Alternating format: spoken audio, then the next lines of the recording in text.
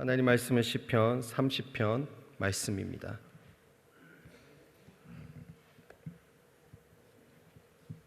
시편 30편 말씀 제가 함께 봉독하겠습니다. 여호와여, 내가 주를 높일 것은 주께서 나를 끌어내사 내 대적으로 나를 인하여 기뻐하지 못하게 하심이니이다. 여호와 내 하나님이여, 내가 주께 부르짖음에 나를 고치셨나이다. 여호와여, 주께서 내 영혼을 음부에서 끌어내어 나를 살리사 무덤으로 내려가지 않게 하셨나이다. 주의 성도들아, 여호와를 찬송하며 그 거룩한 이름에 감사할지어다. 그 노염은 잠깐이요 그 은총은 평생이로다. 저녁에는 울음이 기숙할지라도 아침에는 기쁨이 오리로다. 내가 형통할 때에 말하기를 영영이 요동치 아니하리라 하였도다. 여호와께서 주의 은혜로 내 산을 굳게 세우셨더니 주의 얼굴을 가리우심에 내가 근심하였나이다. 여호와여, 내가 주께 부르짖고 여호와께 간구하기를 내가 무덤에 내려갈 때에 나의 피가 무슨 유익이 있으리요? 어찌 진토가 주를 찬송하며 주의 진리를 선포하리이까? 여호와여, 들으시고 나를 긍휼히 여기소서. 여호와여, 나의 돕는 자가 되소서 하였나이다. 주께서 나의 슬픔을 변하여 춤이 되게 하시매 나의 베옷을 벗기고 기쁨으로 띠띠우셨나이다. 이는 잠잠치 아니하고 내 영광으로 주를 찬송케 하심이니 여호와여, 나의 하나님이여, 내가 주께 영영이 감사하리이다. 아멘. 희와 행복 오늘 8월 30일 말씀은 잠깐의 노염이 영원한 은총으로라는 제목입니다. 함께 시편 30편 5절 요절 말씀 함께 읽겠습니다. 그 노염은 잠깐이요 그 은총은 평생이로다. 저녁에는 울음이 기숙할지라도 아침에는 기쁨이 오리로다. 아멘. 부모님의 회초리는 정말 무섭지만 그 회초리는 나쁜 길로 향하는 우리의 발걸음을 막아준다. 하나님 아버지도 때로는 매를 들어서라도 바른 길로 인도하려는 부모의 마음으로 우리에게 고난을 허락하신다. 다윗이 태어나자마자 하나님의 마음에 합한 사람은 아니었다. 아브라함처럼 다윗도 연단의 과정을 거쳐 하나님의 마음에 합한 사람이 되었다. 하나님은 다윗을 대적의 손길에서 끌어내시고 병을 고쳐주시며 영혼까지 음부에서 구하시며 도우셨다. 그런데 다윗은 이런 하나님의 은혜를 잊고 교만했던 때가 있다. 교만해진 그는 자기 형통이 영원할 것이라 착각한다. 이러한 자만은 다윗과 하나님의 사이를 멀어지게 만들었다. 하나님을 떠난 그를 기다리고 있는 것은 형벌이다. 그러나 하나님은 다윗을 버려두지 아니하시고 그를 돌이켜 은혜를 주시기 위해 회초리를 사용하신다. 우리가 다윗에게 본받을 점은 여기에서 나타난다. 그는 하나님의 회초리를 드시자마자 속히 돌아온다. 감당할 수 없는 고난을 만난 다윗은 자신의 약함을 깨닫고 다시금 하나님께 부르짖는다. 다윗이 회개의 베옷을 입자 하나님께서는 그의 베옷을 벗기시고 기쁨을 주셨다. 이를 통해 다윗이 깨달은 것은 하나님의 노염은 잠깐이요 은총은 평생이라는 것이다. 고난이 너무나 힘들고 고통스러웠지만 그 잠깐의 고난이 하나님의 영원한 은총으로 이끌어 주었음을 깨달은 것이다. 하나님은 우리의 잘못을 징계하신다. 그러나 그 징계가 영원히 계속되는 형벌은 아니다. 우리가 돌이키기만 하면 고난은 끝난다. 하나님이 허락하시는 고난을 깊이 묵상해 보면 그것 자체가 복임을 알 수 있다. 하나님의 회초리에 낙심하지 말고 감사하자. 아멘. 시편 30편의 저자는 우리가 잘 알고 있는 다윗입니다. 다윗은 시편 1편, 2편, 그리고 10편, 그리고 33편을 제외한 41편까지 기록하였습니다. 그리고 51편에서 72편, 또 뒤로 넘어가서 86편이 다윗의 시편으로 분류됩니다. 다윗의 시편 중에 본문 시편 30편에 소제목이 있습니다. 같이 한번 읽어보겠습니다. 시작. 다윗의 시 곧 성전 낙성가라고 소제목이 있습니다. 이 말은 성전 낙성식 때, 봉헌식 때 불렀던 노래이다라는 뜻입니다. 오늘 본문은 성전 낙성식, 다시 말하면 봉헌식 때 부른 노래로 분류하고 있는데, 다윗이 이 부른 노래는 개인적인 노래입니다. 그런데 소제목에 성전 낙성가라고 말합니다. 시편 30편이 성전 낙성식 때, 봉헌식 때 불렀다는 것은 다윗 때가 아니라 다윗 이후에 후대들이 성전 낙성식 때, 봉헌식 때 불렀다라는 것을 알 수가 있습니다. 왜냐하면 다윗이 살아 있었던 생전에는 하나님의 성전을 건축하지 않고, 다윗은 후대들을 위해서 솔로몬 때, 자신의 아들 솔로몬 때에 성전을 지을 수 있도록 그 모든 성전의 건축 자료, 재료들을 다 준비했던 그였습니다. 성전이 언제 건축되었습니까? 솔로몬 때였어요. 그래서 이스라엘 백성들에게 첫 번째 성전은 솔로몬 성전이 됩니다. 그 전까지는 하나님의 언약궤가 텐트에 있었어요. 그래서 호칭하는 것이 다윗의 장막이다라고 칭하기도 했습니다. 첫 번째 성전이었던 솔로몬 성전이 완공이 되었을 때 이 봉헌식 때 이 노래를 불렀다는 것입니다. 열왕기상 8장 1절에 보면, 이에 솔로몬이 여호와의 언약궤를 다윗성 곧 시온에서 메어 올리고자 하여 이스라엘 장로와 모든 지파의 두목 곧 이스라엘 자손의 족장들을 예루살렘 자기에게로 소집하니라고 말씀하고 있어요. 두 번째 성전이 있습니다. 그 두 번째 성전은 16년 동안 대적들로 인해서 성전을 건축하지 못하고 계속 방해를 받고 있다가 BC 520년도에 이 성전을 완공하게 되옵니다. 완공 이제 시작합니다. 건축을 시작합니다. 그래서 4년 동안 건축을 해서 완공하게 됩니다. BC 520년에 건축이 이제 재개되어서 4년 만에 완공된 이 성전이 이름하여 스룹바벨 성전이다라고 합니다.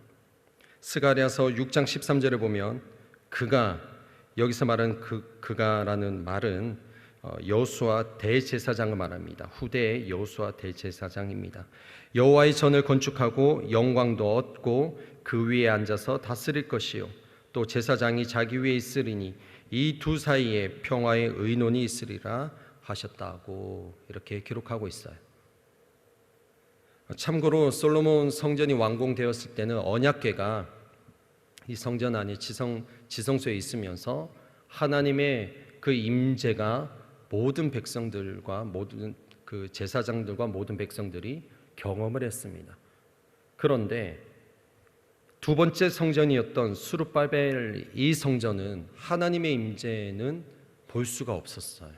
왜냐하면 바벨론에게 포로가 되면서 언약궤, 그 언약궤 안에 뭐가 있었습니까? 십계명 돌판이 있었죠. 그리고 아론의 쌍난 지팡이가 있었습니다. 이 돌판을 다 빼앗겨 버렸어요. 그렇기 때문에 하나님의 임재의 상징인 이 언약궤가 없었던 성전이 두 번째 성전 스룹바벨 성전이었습니다. 그러나 이 스룹바벨 성전이 세워졌을 때에 솔로몬 성전을 처음으로 봤던 원로들이 있었습니다. 어르신들이 있었다는 거예요. 그 솔로몬 성전을 경험한 원로들은 스룹바벨 성전이 완공되었을 때 눈물을 흘렸다고 합니다. 기쁨의 감격도 있었고 슬픔의 감격도 있었을 것이고 많은 감동이 있었을 것입니다. 에스라 3장 12절에 보면 제사장들과 레위 사람들과 족장들 중에 여러 노인은 첫 성전을 보았던 고로 이제 이전 지대 노임을 보고 대성통곡하며 여러 사람은 기뻐하여 즐거이 부르니. 두 번째 성전이 완공되었을 때 원로들은 솔로몬 성전을 본 원로들은 대성통곡을 했다고 합니다. 그리고 다음 세대들은 솔로몬 성전을 경험하지 못했기 때문에 기뻐 춤추며 하나님께 영광을 돌렸습니다. 세대 간의 어떠한 그 과도기였겠죠. 이 두 번째 성전을 봤던 원로들은 이렇게 솔로몬 성전 첫 번째 성전을 봤기 때문에 눈물을 흘릴 수밖에 없었습니다. 이스라엘에게 있어서 세 번째 성전은 BC 164년도에 마카비 혁명이 있을 때에 이 스룹바벨 성전, 이 성전을 다시 한 번 더 봉헌하게 됩니다. 왜냐하면은 BC 200년경에 이스라엘은 시리아 왕국의 지배를 받게 됩니다. 그러면서 이 시리아 왕국의 이 왕이 어떻게 하냐면 스룹바벨의 하나님의 전을 완전히 이렇게 박살을 냅니다. 그곳에 우상을 신전을 세우게 되고 제우스 신을 섬기게 합니다. 이 말은 이스라엘로 하여금 하나님을 경외하지 못하고 예배하지 못하게 해서 이스라엘을 말살시키고자 했던 정책을 펼쳤다라는 것입니다. 하나님의 성전이 더럽혀졌어요. 그리고 제우스를 모시게 됩니다. 이때 전통 유대인들이 이제 그 신앙 운동을 일으킵니다. 혁명을 일으키게 됩니다. 이것을 마카비 혁명이라고 칭합니다. 이날을 기념해서 이제 이후에 수전절이 생기게 됩니다. 마카비 혁명을 통해서 이 제우스 신상을 다 척결해 버리고 다시금 하나님의 성전을 거룩하게 만들었어요. 이것을 기념하여 수전절이라고 합니다. 요한복음 10장 22절에 예수님께서 있으셨던 공생애 중에 있으셨던 그 시대에도 이 수전절을 지켰습니다. 요한복음 10장 22절에 예루살렘의 수전절이 이르니 때는 겨울이라 라고 기록하고 있어요. 그러니까 이 성전 봉헌식은 세 가지로 요약할 수 있는데, 첫 번째는 다윗이 성전을 설계해서 다 준비해서 솔로몬 때 세우게 된, 완공하게 된 첫 번째 성전, 솔로몬 성전 때. 그리고 두 번째는 16년 동안 대적들로 방해로 중단되었다가 BC 520년에 건축이 재개되어서 4년 후에 완공이 되었던 스룹바벨 성전. 그리고 이 스룹바벨 성전이 계속 이어가면서 시리아의 그러한 지배를 받으면서 제우스 신상을 모시게 되고 섬기게 되고 우상 숭배를 하게 되는 그 타락한 이 성전을 다시금 우상을 몰아내고 하나님의 성전으로 정화시켰던 수전절, 이렇게 그때 이 시편 30편을 불렀다라는 것입니다. 다윗이 개인적으로 불렀던 노래이기도 하고 이 세 번의 성전을 봉헌할 때 이렇게 이 노래를 하나님 앞에 올려드렸다라는 것입니다. 이 배경을 생각하면서 본문을 짧게 보고자 합니다. 1절에 보면 여호와여 내가 주를 높일 것은 주께서 나를 끌어내사 내 대적으로 나를 인하여 기뻐하지 못하게 하심이니이다. 현대인의 성경을 제가 읽어드릴게요. 여호와여 내가 주를 찬양합니다. 주께서는 나를 내 대적에게서 구하시고 그들이 나에게 으스대지 못하게 하셨습니다. 여기서 포인트는 나를 끌어내사라는 구절이에요. 나를 내 대적에서 구하시고, 여러분 여기서 말하는 이 대적이라는 이 단어가 영어 성경에는 복수로 나와 있습니다. 대적들이라고 나와 있어요. 다윗의 삶에 대적들이 있었죠. 사울도 되고 압살롬도 될 수 있습니다. 우리가 잘 알고 있지만 오늘날 우리에게 이 말씀을 적용하면 우리 삶의 대적들도 여전히 존재하고 있습니다. 그것이 질병일 수도 있고, 그것이 가난일 수도 있고, 그것이 실패와 좌절일 수도 있고, 혹여 죽음, 사망일 수도 있고, 마귀의 모든 온갖 괴력일 수도 있습니다. 그러할 때 우리가 무엇을 기억해야 하는가라는 것을 본문을 통해서 알 수가 있습니다. 여호와께서 나를 끌어내사 여호와께서 나를 대적에서 구하신다라는 거예요. 실패와 절망이 있을 때 우리가 낙심하지 말아야 할 것은 여호와께서 나를 구하신다라는 것입니다. 죽음의 사망의 그 골짜기에 있다 할지라도 우리가 낙심하지 말아야 할 것은 여호와께서 나를 구하신다라는 것이에요. 여호와께서 나를 구하신다는 거예요. 마귀의 유혹과 마귀의 괴락이 있을 때에 우리가 두려워하지 않을 것은 여호와께서 나를 구하신다라는 것입니다. 다윗이 오늘 그것을 고백하는 것입니다. 그 여호와 하나님께 부르짖으면 또한 고쳐주신다고 말씀하십니다. 2절에 보니까 여호와 내 하나님이여 내가 주께 부르짖음에 나를 고치셨나이다. 내가 부르짖었더니 나를 고쳐 주셨다라는 것입니다. 여러분, 그냥 우리가 하나님께 하나님 다 아시니까 이렇게 해주세요, 이렇게 하시겠지라고 그냥 가만히 있으시면 안 돼요. 부르짖으셔야 됩니다. 부르짖으셔야 돼요. 대성통곡을 하면서 부르짖으셔야 됩니다. 하나님, 우리 가정을 살려주십시오. 내 남편, 내 아내, 내 자녀를 살려주시옵소서. 우리 가문을 살려주시옵소서. 부르짖어야 돼요. 이제 추석이 곧 다가왔습니다. 여러분, 추석 때 그냥 마음 놓고 있으면 안 돼요. 특별히 우리 자녀들을 위해서 부르짖어야 할 줄 믿습니다. 부르짖어야 돼요. 여기 계시는 우리 성도님들은 제가 앞서 기도드렸던 것처럼 한국교회 모든 부흥을 경험한 세대입니다. 우리 자녀들은 몰라요. 우리 자녀들은 무엇이 부흥인지 모릅니다. 지난주 토요일에 잠실 주 경기장에서 이제 부흥 집회가 있었어요. 코로나 이후에 큰 집회가 이제 3년 만에 일어났습니다. 비공개적으로 이제 아시는 분들은 이렇게 가서 예배가 있었어요. 가니까 이 젊은 다음 세대들이 있었습니다. 여전히 하나님께서는 이 나라 민족을 돌아보고 계시고 한국교회 다음 세대를 살리시기를 원하시는 하나님의 그 눈물을 볼 수가 있습니다. 이번 추석 때 여러분, 다른 거 말고 우리가 그냥 퍼져 있는 것이 아니라, 긴장을 놓치는 것이 아니라 더 영적 긴장감을 가지고 하나님께 부르짖음으로 우리의 친지들과 특별히 우리 자녀들을 하나님 구원시켜 주시옵소서. 전인 구원이 임하게 하여 주시옵소서. 기도하시는 저와 여러분 되시기를 주님의 이름으로 축복합니다. 3절에 보시면 여호와 주께서 내 영혼을 음부에서 끌어내어 나를 살리사 무덤으로 내려가지 않게 하셨나이다. 또 여호와 하나님께서 어떤 일을 다윗에게 하셨습니까? 그의 영혼을 음부에서 끌어내어 그를 살리고 그를 무덤에 들어가지 않게 하셨다. 여호와 주께서 다윗을 죽음 직전에 구출하시고 그리고 다윗을 무덤으로 들어가지 않게 하셨다라는 고백을 합니다. 이스라엘 백성들에게도 적용이 되는 것이죠. 수많은 침략과 하나님의 성전이 때가 묻었을 때에, 타락했을 때에도 하나님께서 어떻게 해요? 그들의 기도를 들으시고 간구하는 그 소수의 기도를 들으시고 하나님께서 그 성전을 정화시키시고 다시금 거룩해 하시는 하나님의 역사를 우리는 보게 됩니다.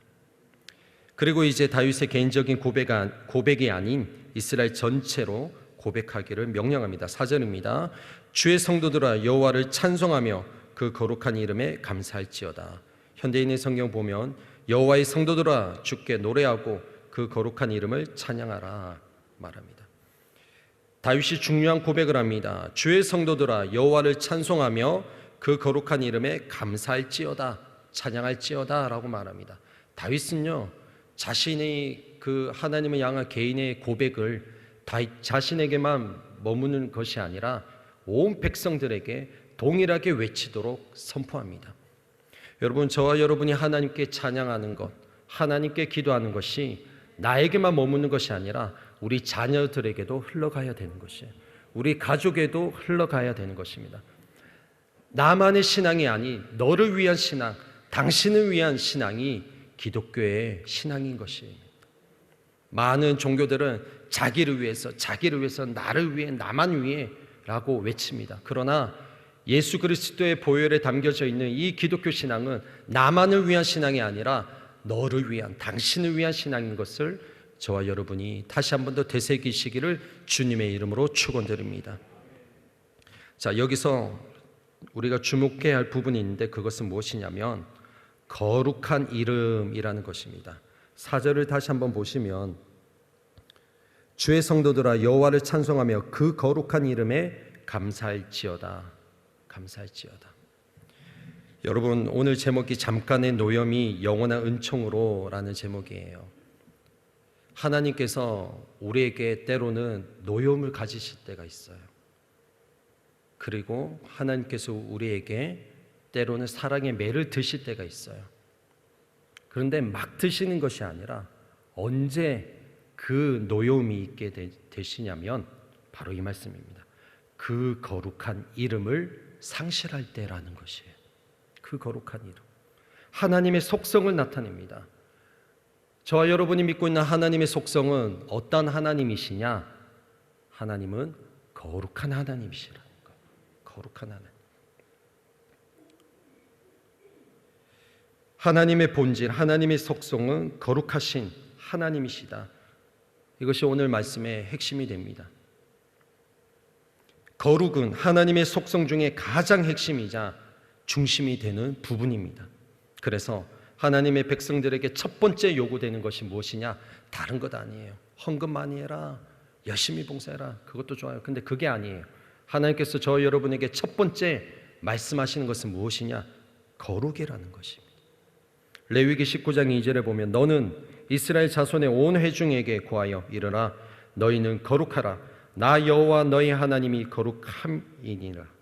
베드로전서 1장 16절에 기록하였으되 내가 거룩하니 너희도 거룩할지어다 하셨느니라. 하나님께서 저와 여러분에게 원하시는 것은 무엇이냐? 거룩이에요. 깨끗함, 정결함이에요. 그런데 이 거룩은 어떻게 우리가 막 열심히 노력한다 해서 되는 것이 아닙니다. 거룩해지는 방법이 있어요. 단순합니다. 여러분, 우리 복음은, 예수 그리스도의 복음은 막 복잡하지 않습니다. 논리적으로 설명하고 이런 것이 아니에요. 그렇게 할 수도 있어요. 그러나 단순 명료합니다. 정말 쉽습니다. 무엇이냐? 그 거룩은 하나님께 붙어 있는 것이에요. 나의 의로 되는 것이 아니라 하나님께 붙어 있기만 하면 거룩은 자동적으로 따라오는 것이라는 겁니다. 이 거룩을 이루지 못하게 되면은 어떻게 되는가? 5절에 보니까 그 노염은 잠깐이요. 오늘 제목이죠. 잠깐. 여기서 말하는 노염은 그냥 하나님께서 이놈하시는 그 정도가 아닙니다. 이것은 이 히브리 원어에 보면은 어떤 표현이냐면은 하나님께서 흥분을 하시는 거예요. 여러분, 화가 나면 어떻게 됩니까? 코가 벌렁벌렁하죠. 막 이렇게 벌렁벌렁 되잖아요. 하나님께서 그 모습을 가지신다는 거예요. 그냥 이놈하시는 것이 아니라 하나님의 코가 벌렁벌렁 거리시면서 많이 이렇게 화가 나신 그 상태를 다윗이 고백하고 있는 것입니다.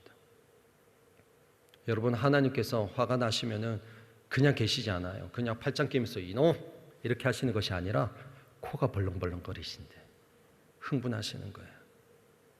얼마나 우리를 사랑하시면 하나님 코가 벌렁벌렁 거리시겠어요. 그죠? 하나님 너무너무 우리를 사랑하신다는 것입니다. 자, 그런데 그 노여움은 잠깐이래요. 그 노여움은 잠깐이고 하나님의 은총은 평생토록 계속 이어진다라고 말씀합니다. 하나님의 은총을 평생토록. 다윗이 이걸 너무 잘 아는 것이에요. 하나님의 노여움이 딱 발생했던 언제 있습니까? 밧세바를 범했을 때, 간음했을 때. 그때 나단 선지자의 그 메시지를 통해서 다윗은 거꾸로집니다. 무릎을 꿇습니다. 그리고 그는 하나님의 은총을 평생토록 받게 되었다는 것입니다. 이것을 후대들이 알고 여호와의 그 성전을 봉헌할 때마다 이 고백을 했다는 것입니다. 하나님, 우리가 죄를 범할 때 있어요. 연약할 때 있습니다. 그럼에도 그때 하나님께서 노여움이 있지만 하나님의 그 노여움을 잠깐 하나님 잠깐만 해주시고 우리를 불쌍히 여겨주시고 은총을 베풀어 주시옵소서 고백하는 것입니다.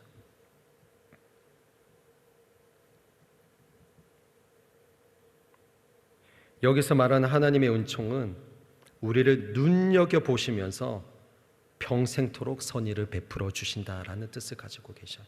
그냥 자비를 베풀어 주시는 것이 아니라 이렇게 쳐다보시면서 내 사랑하는 아들, 딸들아, 너희들이 나에게 다시금 돌아오고 있구나라고 이렇게 보시면서 선의를 베푸신다라는 의미를 갖고 있습니다.